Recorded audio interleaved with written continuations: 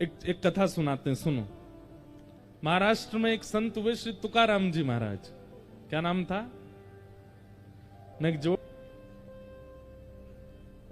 छत्रपति शिवाजी महाराज ने जब इनका कीर्तन सुना तो छत्रपति शिवाजी ने नियम बना लिया कि जब भी वो युद्ध के लिए जाते थे तो युद्ध क्षेत्र के आसपास यदि तुकाराम जी होते थे तो उनके कीर्तन में छत्रपति शिवाजी अपनी सेना आदि सब छोड़ करके जाते थे अकेले। ऐसे थे श्री तुकाराम जी। अद्भुत ज्ञान, अद्भुत कीर्तन, अद्भुत भक्ति के भंडार।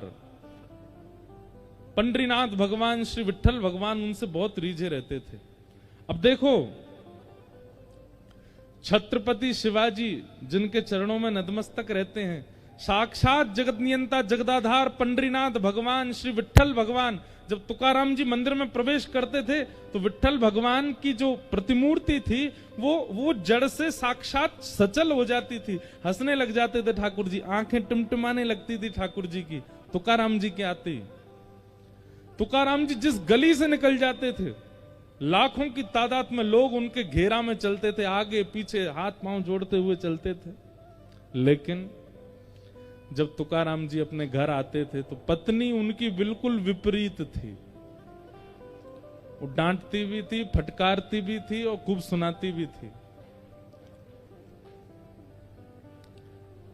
पूरे दिन कुछ करते धरते नहीं हो, प्रवचन करते रहते हो, कथाएं सुनाते रहते हो, कुछ दक्षिणा लिया करो, घर कैसे चलेगा? सोचो, छत्रपति शिवाजी महाराज का आज अगर नाम महाराष्ट्र की भूमि पर ले लिया जाए तो लोगों के रोंगटे खड़े हो जाते हैं। आज भी उन शिवाजी महाराज, वो शिवाजी महाराज तुकाराम जी के सामने नतमस्तक होकर बैठते थे और उनकी ये स्थिति थी अपने ही घर में। पत्नी उनको ज्यादा कुछ करती नहीं।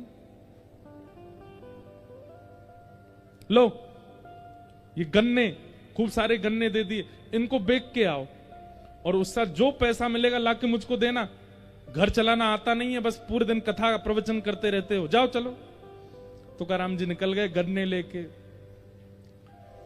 रास्ते में छोटे छोटे बच्चे, अब उस समय पर ये टॉफी तो होती नहीं थी, वो एक बुढ़िया के बाल खाते हैं बच्चे, गांव में आज भी घूमते हैं लोग, वो तो होते नहीं थे।